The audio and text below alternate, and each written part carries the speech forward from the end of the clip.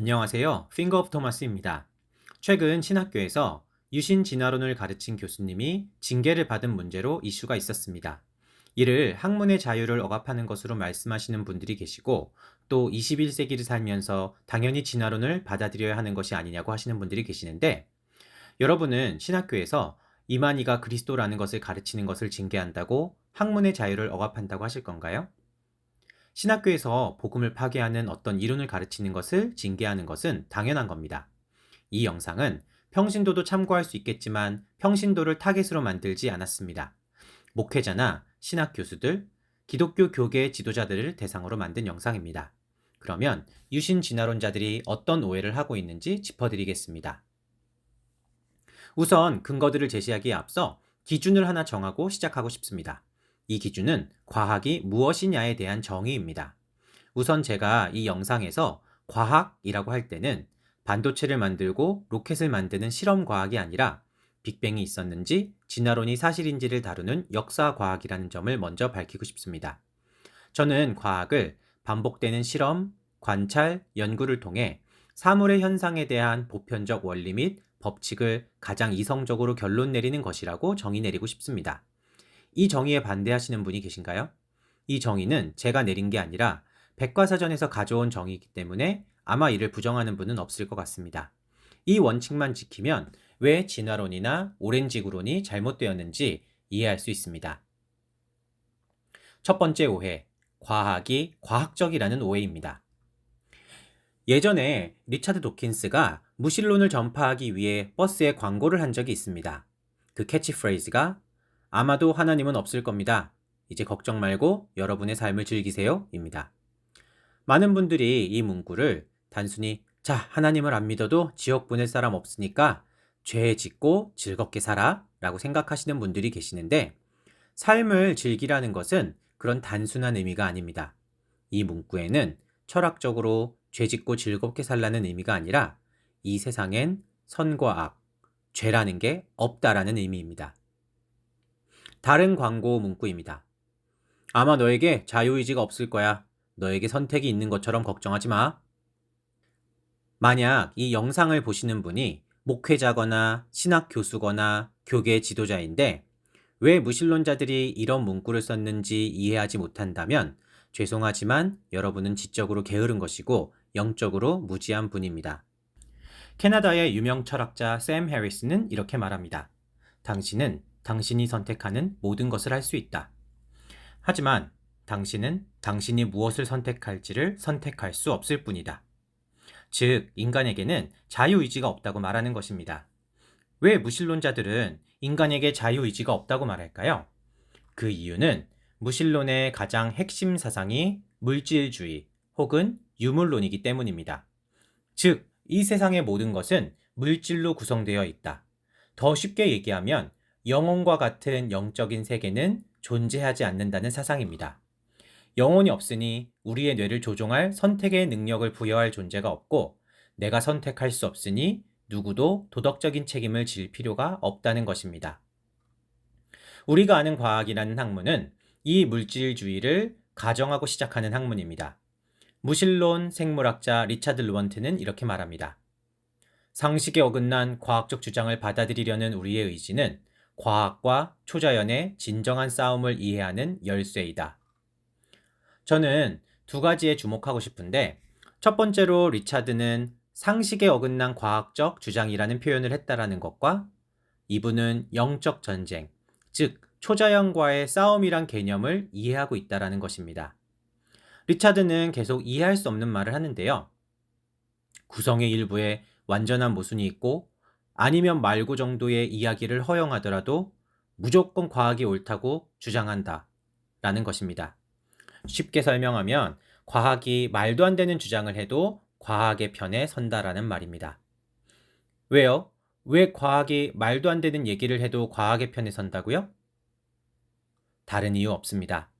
기독교인이 성경에 목숨 걸고 예수님께 헌신하듯이 무신론자들도 물질주의에 헌신했기 때문이라는 것입니다. 그래서 과학의 신성한 발, 즉 창조론 혹은 유실론이 들어오는 것을 허용하지 않는다고 강조합니다. 여러분이 가장 흔하게 볼 수 있는 빅뱅을 설명하는 그림입니다. 양자 요동에 의해서 갑자기 급팽창이 일어나서 우주가 가속 팽창하고 있다. 무에서 유가 생겨난다는 것이 말이 안 되고 상식적이지 않다는 것을 알면서도 많은 분들이 이 빅뱅을 과학적, 역사적 사실이라고 믿습니다. 하지만 이 그림에 나타난 설명을 받아들이는 과학자는 지금 없습니다. 이름은 똑같은 빅뱅이지만 그 형태와 방식은 지금 완전히 바뀌어 있습니다. 사실상 새로운 이론인데 그냥 연속성을 위해 빅뱅이라고 이름만 붙이는 겁니다.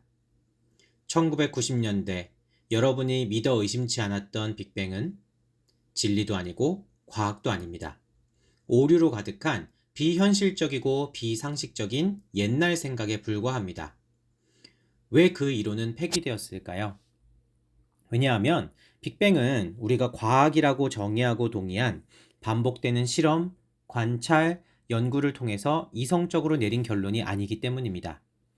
무리하게 물질주의를 표방하다 보니 둘 중 하나는 포기해야 하는데 아니면 말고 정도의 이야기를 허용했기 때문에 결국 미래의 과학적 관찰에 의해 폐기되고 또다시 아니면 말고 정도의 이야기로 또 다른 빅뱅 이론을 만들어내고 또 다른 관찰로 인해 이를 어떻게 설명해야 하는지 고민하는 것입니다. 과학의 발전은 기존 모델이 계속해서 틀리고 이를 설명할 수 없다는 것을 말합니다. 그렇다면 관찰 결과도 무시하고 묻지도 따지지도 않고 받아들이는 물질주의는 과학적일까요? 물질주의를 지지하는 과학적 증거는 무엇인가요? 기억하셔야 하는 것은 모든 과학의 이론들은 단 하나도 예외 없이 물질주의 안에서 설명해야 하는 것입니다. 모든 과학 이론의 가장 기초가 되는 철학인 거죠. 그리고 이 물질주의 자체가 과학적이지 않고 이를 뒷받침하는 아무런 증거가 없기 때문에 과학은 과학적일 수 없는 것입니다. 그 증거는요, 인류가 수천 년간 자연스럽게 설명했던 세상의 시작, 생명의 발생, 의식의 발생, 객관적인 도덕, 자유의지가 창조주 영적 세계라는 가정을 없애버리자마자 설명할 수 없는 미스테리가 되어버리고 세상은 선과 악이 없는 잔혹한 무법천지가 되어가고 있습니다. 디모데후서 3장의 말씀이 성취되고 있는 것이죠. 이제 유신진화론에 대해서 얘기해 볼까요? 물질주의에 대해서 이해하셨다면 유신진화론은 그 이론이 추구하는 과학과 태생적인 모순이 존재한다는 것을 이해하실 수 있습니다. 그것은 유신이란 단어가 갖고 있는 물질주의의 부정과 진화론이란 단어가 갖고 있는 물질주의의 절대성을 합쳤다는 것인데요. 유신진화론은 그러면 과학인가요? 그렇지 않죠. 리차드 로원튼이 말한 물질주의를 부정하지 않습니까? 여러분들이 좋아하는 과학 논문 중 단 하나라도 유신을 긍정적으로 가정하고 쓴 논문들이 있나요? 없죠. 왜냐하면 유신진화론은 물질주의를 부정하니까요. 그럼 반대로 유신진화론이 신학인가요? 성경에 어떤 구절이 유신진화론을 지지하죠? 제가 기억할 때 단 한 구절도 없습니다. 단 한 구절도. 과학도 아니고 신학도 아니면 어떤 학문인가요? 어떤 카테고리로 신학교에서 유신진화론을 가르칠 수 있는 건가요? 그렇다면 마지막으로 유신진화론은 다윈주의 진화론을 인정하나요? 많은 분들이 그렇다고 생각하죠? 죄송하지만 큰 착각입니다. 유신진화론은 절대 다윈주의 진화론을 인정하지 않습니다. 다윈주의 진화론의 가장 기초가 되는 가정이 무엇이냐면 진화의 과정에는 어떠한 목적도 방향도 없다는 것입니다. 그런데 유신진화론이 과학의 가장 기초가 되는 물질주의를 부정하는 것처럼 진화론의 가장 기초가 되는 목적과 방향성의 부재 역시 부정합니다. 몇 년 전 한국의 많은 기독교인들을 미혹했던 창조론 연대기의 한 장면입니다. 계획된 진화와 인도된 진화를 설명하면서 이렇게 말합니다. 낮은 확률의 사건들 발생을 인도하셔서. 이게 무슨 뜻이냐면 하나님이 없는 물질주의의 다윈주의 진화론이 실제로 일어날 확률이 극도로 낮다는 것입니다. 얼마나 낮냐고요? 자, 우리가 50% 확률의 동전 던지기를 100번 연속으로 앞면만 나오게 할 확률이 7.89에 10의 31승분의 1인데 이를 이해하기 쉽게 설명하면 100억 명의 사람이 1초에 한 번씩 동전을 던져도 24조 년을 던져야 기대값이 1이 되는 말도 안 되는 낮은 확률의 사건. 현실에서는 일어나지 않는 확률의 사건입니다. 그러면 기능을 가진 단백질이 우연히 생성될 확률이 얼마인지 아시나요? 아미노산 100개를 기준으로 10의 77승분의 1입니다. 아까 10의 31승분의 1도 비현실적으로 낮은 확률인데 77승분의 1은 말도 안 되는 창조론 연대기가 말한 낮은 확률의 사건입니다. 기억하셔야 하는 건 이건 생명체가 아니라 단백질 하나가 생성될 확률입니다. 단백질이 적어도 500개는 있어야 생명체가 형성되고 그 생명체가 수많은 갈래로 수십만 종류의 새로운 단백질을 형성해야 지금의 다양한 생태계가 형성됩니다. 그 확률은 죄송한데 제 수학적 실력으로는 정확히 계산을 못하겠네요. 그러면 진화론이 최고의 과학 이론일까요? 저는 진화론이 최고의 과학 이론이라는 것에 동의합니다. 이건 오해가 아닙니다. 하나님이 없다면, 물질주의가 맞다면 다른 이론은 상상조차 불가능하고 말도 안 되게 낮은 확률이지만 이 방법이 아니면 다른 방법으로는 이렇게 복잡한 생명체나 생태계가 구성될 수 없습니다. 그러면 제가 진화론이 맞다고 하는 건가요?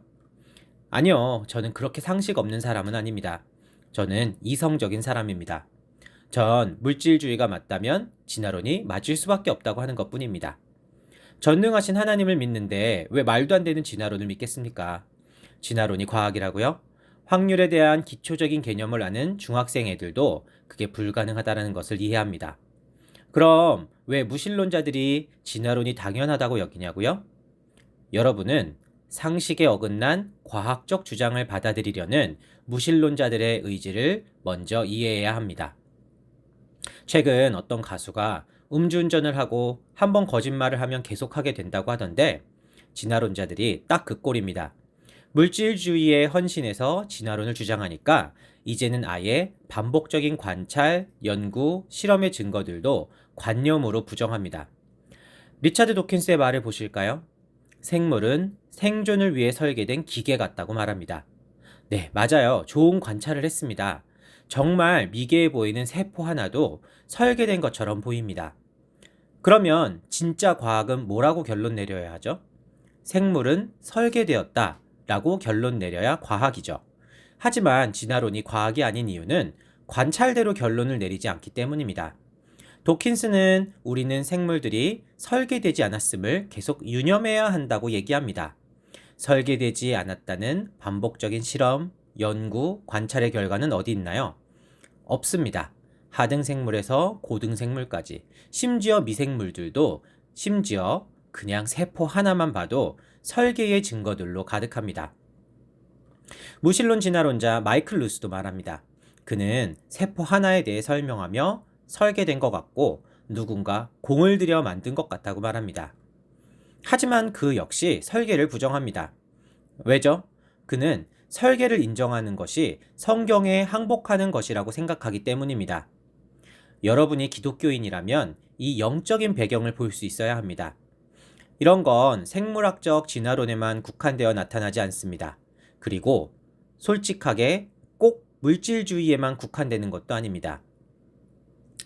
자, 저는 젊은 지구론자입니다. 그리고 젊은 지구론은 엄밀히 따지면 물질주의와 관계가 없습니다. 물질로만 구성돼도 지구의 나이가 6,000년이라는 게 불가능하지 않기 때문입니다. 그런데 2015년 명왕성에 대한 실제 사진을 받았을 때 과학자들은 크게 충격을 받았습니다. 간단하게 얘기하면 명왕성이 46억 년 되어 있을 수 없다는 증거들이 가득했기 때문입니다. 그러자 당연히 창조과학 측은 이를 자신들의 이론을 지지하는 증거로 설명했죠. 그러자 과학동화 편집장이 이를 비판하며 과학적인 대응이 아니라고 합니다.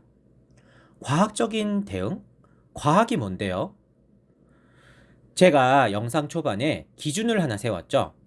이 기준이 잘못되었으면 수정해 주시되 이 기준이 맞다면 누가 비과학적인 주장을 하는 건가요? 과학이란 지구가 46억 년 되었다고 결론을 내리고 어떤 증거가 나와도 눈 감고 내 주장이 맞다고 우기는 학문인가요? 그건 과학에 대한 모독 아닌가요? 대다수가 인정하는 과학적인 방법이란 무엇이 되었던 가설을 세우고 그 가설에 맞는 예측을 하고 그 예측이 맞는지 반복해서 실험, 연구, 관찰을 하고 이를 이성적으로 결론 내리는 것입니다. 그러면 젊은 지구론자들이 어떻게 했는지 보실까요?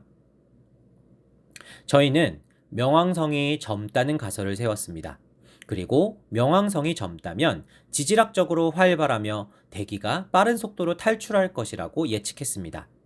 그리고 며칠 후 명왕성의 관측 자료를 확인했을 때 그 가설에 대한 예측이 맞다는 결과를 받았습니다. 여기서 어떤 부분이 비과학적인 대응인가요? 왜 무신론자들이 입에 거품을 물고 비난을 하냐면 창조론이 과학적이지 않아서가 아닙니다. 창조론이 내놓는 결론이 자신들의 마음에 들지 않기 때문입니다. 왜 창조론이 내놓는 결론이 마음에 들지 않냐면 그 결론이 하나님을 가리키고 성경을 입증하기 때문입니다. 성경을 지지하는 증거는 무조건 과학이 아니라고 결론 내놓고 역사 과학을 하기 때문에 예측도 틀리고 관측을 해도 미스테리라고 그 원리를 설명하지 못하는 것입니다. 관측 자료를 보기 전에 정확한 예측을 하는 쪽과 관측 자료를 보고도 설명을 못하고 미스테리라고 하는 쪽 중 어디가 더 과학적인 대응을 하는 건가요? 상식의 문제입니다. 네 번째는 제가 공개적으로 유튜브를 올려서 아무나 볼 수 있지만 제가 이 영상에서 타겟으로 삼는 분들은 신학교 교수님들, 목사님들, 기독교계의 리더라고 하는 분께 여러분은 과학자가 아니라 신학자라는 것을 리마인드 시켜드리는 것입니다. 개혁교회의 5솔라 아시죠? 그중 첫 번째가 솔라 스크립트라입니다. 무슨 말이죠?